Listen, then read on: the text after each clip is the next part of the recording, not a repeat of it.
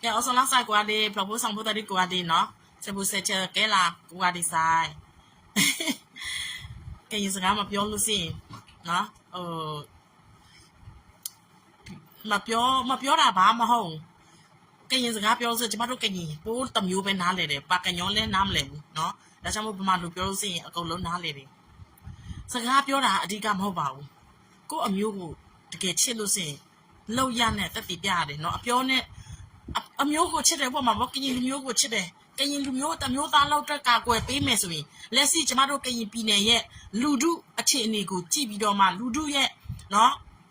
လူထုရဲ့အကျိုးစီးပွားကိုကာကွယ်ပေးရမှာအခုအမျိုးသားရေးလို့អော်ပြီးတော့ကြားဖြတ်အရေးကိုပဲကာကွယ်နေတဲ့ကရင်ကျေးစားလက်နဲ့ကင်တွေကဒါအမျိုးကိုချစ်တာမဟုတ်ဘူးเนาะအမျိုးကိုနှစ်တာဒီနေ့ဗီဒီယိုဖိုင်တစ်ခုတွေ့လိုက်ရတယ်အေးမိန်းကလေးတယောက်ကိုနော်မိန်းကလေးကန်တဲ့လူကယောက်ျားအားကောင်းမောင်းတဲ့ယောက်ျားနော်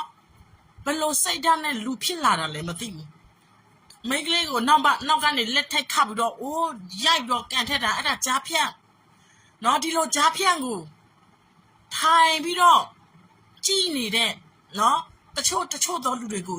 အံ့ဩတယ်အခုကရင်ပြည်နယ်မှာအခုကြည်လိုက်နော်ကြားဖြန့်အခုရုရှားလူမျိုးပေါ့နော်19နှစ်အရွယ်ဂျာဖြန့်သူတို့ကိုကြည့်လိုက်လို့ဆိုရင်ဘယ်ကလာလဲရုရှားကလာဒါပေမဲ့သူတို့ဖမ်းပြီးလို့ရှိရင်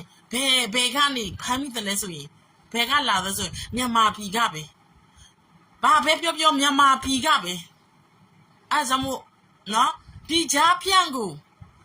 ဘာလဲကျမတို့ကိုဘာလဲ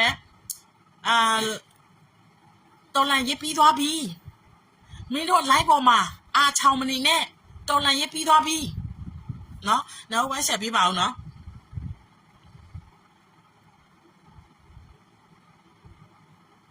တခြားကောင်းနဲ့ရှယ်လောက်မယ်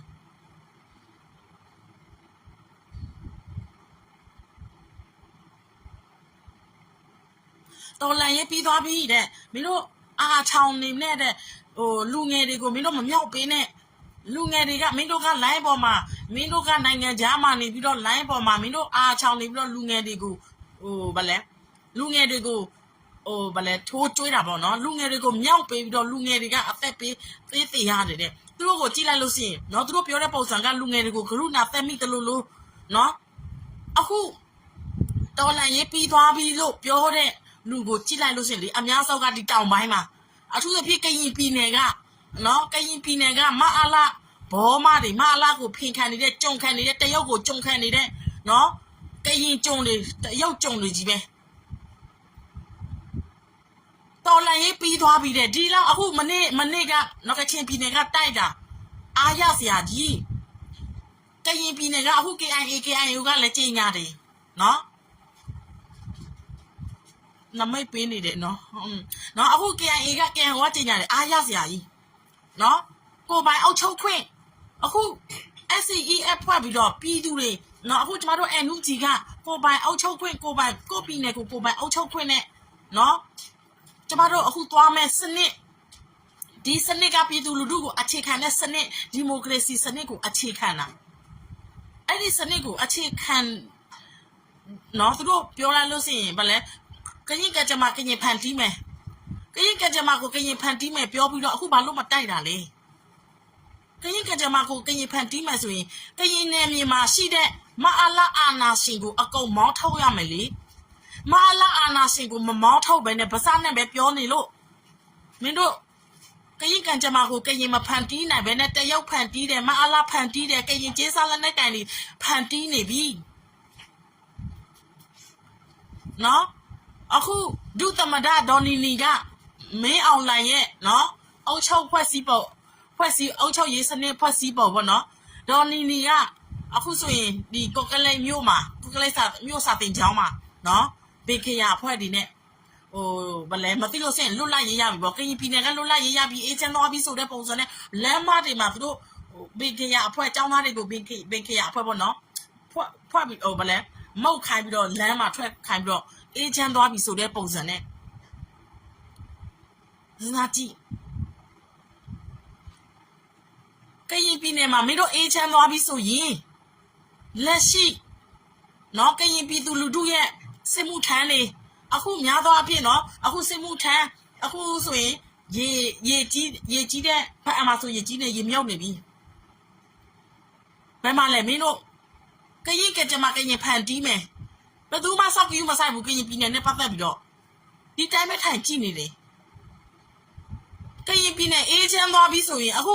ထိုင်းနိုင်ငံကိုအများစုရောက်နေတဲ့ကရင်လူမျိုးတွေ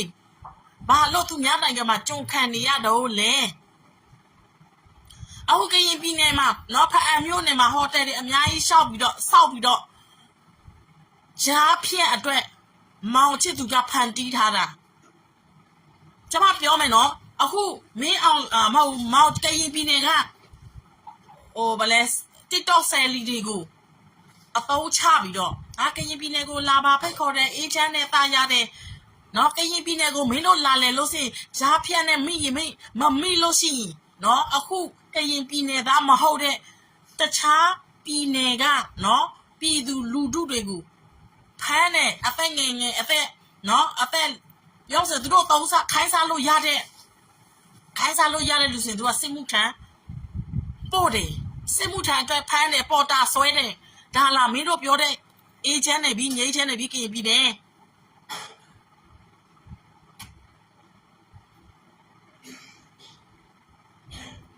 အခုဒီနေ့နော်ကျွန်မဗီဒီယိုပြမယ်ဟိုအကောင့်ထိခံထိမလားမသိဘူးခဏလေး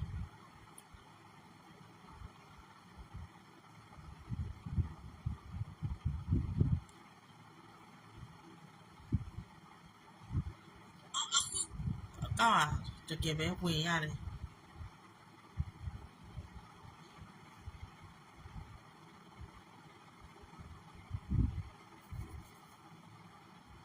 မပြမယ်နော်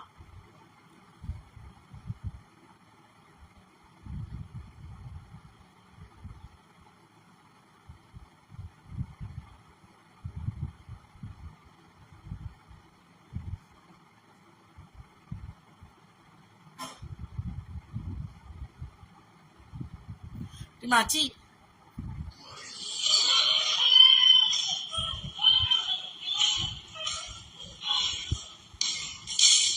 အေဂျင့်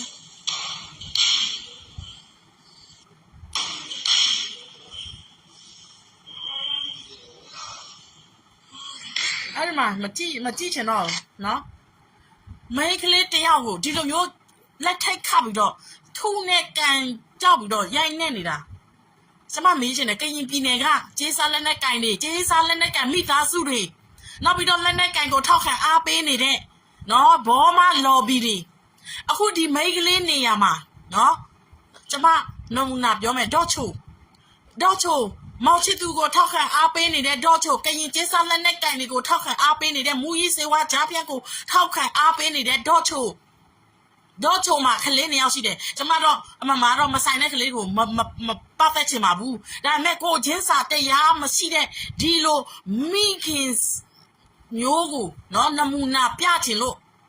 ဒေါ့ချိုအခုနေတို့ကရင်ပြည်နယ်မှာအေးချမ်းသွားပြီးကရင်လက်နဲ့ကြိုက်ချင်းနော်ပေါင်းစည်းလို့အေးချမ်းသွားပြီးဆိုရင်အခုဒီဂျားဖြက်ရိုက်ခံထိတဲ့ဂျားဖြက်မိန်းကလေးနေရာမှာဒေါ့ချိုမှာသမီး1ယောက်ရှိတယ်သား1ယောက်ရှိတယ်နော်အဲ့ဒီမိန်းကလေးနေရာမှာဒေါ့ချိုသမီးဆိုရင်ဒေါ့ချိုဒီလိုမျိုးပဲနော်စိတ်ပြေနှပြေအေးစစ်စစ်နဲ့ကြည်နေနိုင်မလားနော်အဲ့ဒါကိုချင်းစာတရားပဲနော်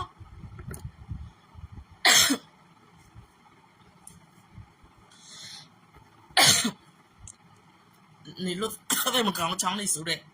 နော်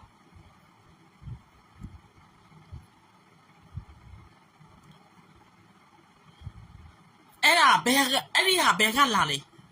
ဒီလိုမျိုးမကောင်းမှုတို့ဆက်ဂျားပြန့်နော်လူကောက်ကူအခုဆိုရင်ဒီညပြောပြမဲ့သတင်းထဲမှာလေဒီတို့အခုတရုတ်တွေကဟိုမြန်မာပြည်ကအခုလူကောက်ကူမှုမြန်မာပြည်မှာအရန်ကိုဟိဟော့နေတယ်ခက်စားနေတယ်နော်မြန်မာပြည်ကအခုတရုတ်ကလေမြန်မာပြည်ကမိန်းကလေးငယ်ငယ်ချောလေးတွေကိုသိန်း200ပေးပြီးတော့စနီးမရအငါရောင်းဝယ်စီးပွားရေးလုပ်နေတယ်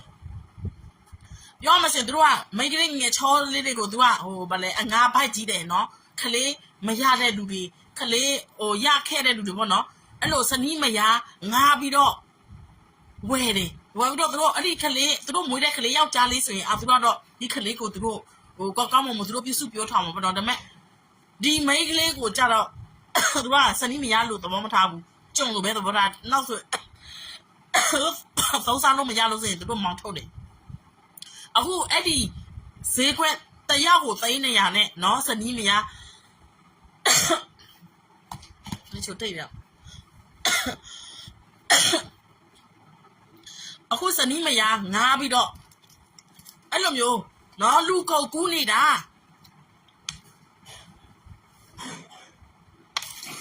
အခုဗမာပြည်ကနော်လူငယ်လူရွယ်လေးတွေကစင်မှုထမ်းပါသွားလိုက်ပေါ်တာဆွဲပါသွားလိုက်အခုတယောက်မရအဖြစ်300အယောင်စားခံရလိုက်နဲ့မြန်မာပြည်မှာအခုငရဲပြီတကယ်ကိုငရဲပြီကြနေပြီအခုဆိုရင်နော်ဟိုဗလဲစစ်ဘေးတစ်မျိုးတည်းဆောင်ရတာမဟုတ်တော့ဘူးရေဘေးနီးမျိုးစုံနဲ့ဒုက္ခပေးနေတဲ့ဒီမှာအေလို့မင်းအွန်လိုင်းကိုနော်မင်းတို့မတိုက်ဘူးဆိုရင်အခုမင်းအွန်လိုင်းနော်ထိုင်းခရီးစဉ်ကမင်းအွန်လိုင်းရဲ့ခွေးတိုးပေါက်ထိုင်းခရီးစဉ်ကနော်ခွေးတိုးပေါက်ရှာနေတဲ့မင်းအွန်လိုင်းရဲ့နိုင်ငံရေးကြဆုံးသွားပြီကြောင်ပိတ်မိနေပြီနော်ကြောင်ပိတ်မိနေလို့အခုမင်းအောင်နိုင်ကအာဆီယံကိုသူမပေးနိုင်ဘူးလေတော့ဘာပဲဖြစ်ဖြစ်သူကတော့အဖေခံပြီးတော့ဒေါ်စုကိုဒဇာခံဖြစ်နော်ဒေါ်စုထမိတ်ကိုဒေါ်စုထမိတ်အောက်ကနေနော်ဒဇာခံဖြစ်ထားပြီးတော့ဒေါ်စုထမိတ်အောက်ကနေသူပေါတော့သူသေတဲ့အထိကိုသူကကတ်နေမှာအာဆီယံကိုအခုသူဘာဒီထုတ်ပြန်ထားလေတကယ်လို့သူဒီနော်ဒီထိုင်းခရီးစဉ်မှာအောင်မြင်လို့ရှိရင်အာဆီယံကိုဒီလိုပြပြသားသားမတောက်ပြန်ဘူးအာမခံဘူးနော်အခုထိုင်းခရီးစဉ်မှာကျွန်မပြောမယ်နော်ထိုင်းခရီးစဉ်မှာလေဘလောက်အထိကျွန်မပြောပါတယ်ဒီမြန်မာဦးခေါင်းဖြစ်တဲ့ဒီမအေလို့မင်းအွန်လိုင်းနဲ့ပတ်သက်တဲ့လူမှန်သမျှအကောလုံးကျမဆိုဝင်တာကြီးပဲအခုဒီခရီးစဉ်ကလေနော်ဒီနိုင်ငံကအကြီးအကဲဘလောက်ထိစုပ်ပြတ်သတ်တယ်လေသူပြည်သူကလည်းသူ့ကိုနော်သူပြည်သူကလည်းသူ့ကိုရှုတ်ချနိုင်ငံတကာကလည်းသူ့ကိုရှုတ်ချအာဆီယံကလည်းသူ့ကိုရှုတ်ချကောင်းကွက်တစ်ခုမှမရှိဘူးနော်စုပ်ပြတ်သတ်နေရောပဲဒီနေ့ကျမအဲ့ရဘောနော်ဆန်းအဖိုးကြီးတယောက်ဆိုရင်မင်းအွန်လိုင်းငါတို့နိုင်ငံကိုလာလိုက်တာတဲ့ငါတို့အကြီးကဲတဲ့တော်တော်လေးကိုငါတို့နိုင်ငံတော်တော်လေးကိုသိက္ခာကျသွားတယ်တော်တော်လေးအပြောခံရနေတယ်နော်အဲ့ဒါကြောင့်လို့မင်းအွန်လိုင်းရဲ့နိုင်ငံရေးထွက်ပေါက်ပိတ်သွားပြီအခုဆိုရင်လေနော်အခုဆိုရင်ဒေါ်နယ်ထရန့်ကပြပြသားသားပြောနေပြီဒေါ်အောင်ဆန်းစုကြည်ကိုချွင်းချက်မရှိလွတ်ပေးရမယ်အခုမင်းအွန်လိုင်းကအာဆီယံရဲ့မူငါချက်ကိုလည်းမလိုက်နာဘူးနော်မလုပ်ပေးနိုင်ဘူးအခုအာဆီယံကိုယ်စားလှယ်အဖက်ကိုလည်းသူတို့မဖွဲ့ပေးနိုင်ဘူးသူတို့လက်မခံဘူးဆိုပြီးတော့နော်မင်းတို့လောက်ချင်ရလောက်အာဆီယံကနေထုတ်ချင်တဲ့ထုတ်သူစောက်ကယူမဆိုင်ဘူးဆိုပြီးတော့အာဆီယံကိုပြပြသားသားနော်ပစိုးလံပြလိုက်ပြီဒါကြောင့်မလို့နော်အခုနိုင်ငံတကာကမအေးလို့မင်းအောင်နိုင်ငံဒီတိုင်းပဲအာခံနေမယ်မာနေအောင်မယ်ဆိုရင်နောက်ထပ်လာမယ်နောက်ဆက်တွဲကဘယ်လိုဖြစ်လာမလဲဆိုတာကျမတို့နော်ရင်ခုန်စွာနဲ့စောင့်ကြည့်ရမယ်ဘာလို့ဒီလိုပြောတာလဲအခုနိုင်ငံတကာကအနုနီးနဲ့ပြောမယ်ဆိုတန်ရေးတယ်မှာရေဆော့ပါဝါနဲ့သူ့ကိုနော်တန်ရေးတယ်မှာရင်းနဲ့ကစားပြီးတော့သူကဒေါ်အောင်ဆန်းစုကြည်ကိုလွတ်ပေးမလားဒါမှမဟုတ်သူ့လို့ဟိုစားပြောနော်ပထမအနုနီးနဲ့သူတို့လောက်တာအနုနီးနဲ့မရလို့ရှိရင်တော့နော်စောင့်ကြည့်နေလိုက်အကျန်းနီးနဲ့မဖြစ်ဖြစ်အောင်ကိုသူတို့လုံးမှာကျမအဲ့လိုမျိုးဒါကျမရဲ့အမြင်ပေါ့နော်ဘာဖြစ်လို့လဲဆိုတော့အခုဆိုရင်မင်းအွန်လိုင်းကကမ္ဘာရာဇဝတ်ကောင်နော်ကမ္ဘာရာဇဝတ်ကောင်ဖြစ်သွားပြီ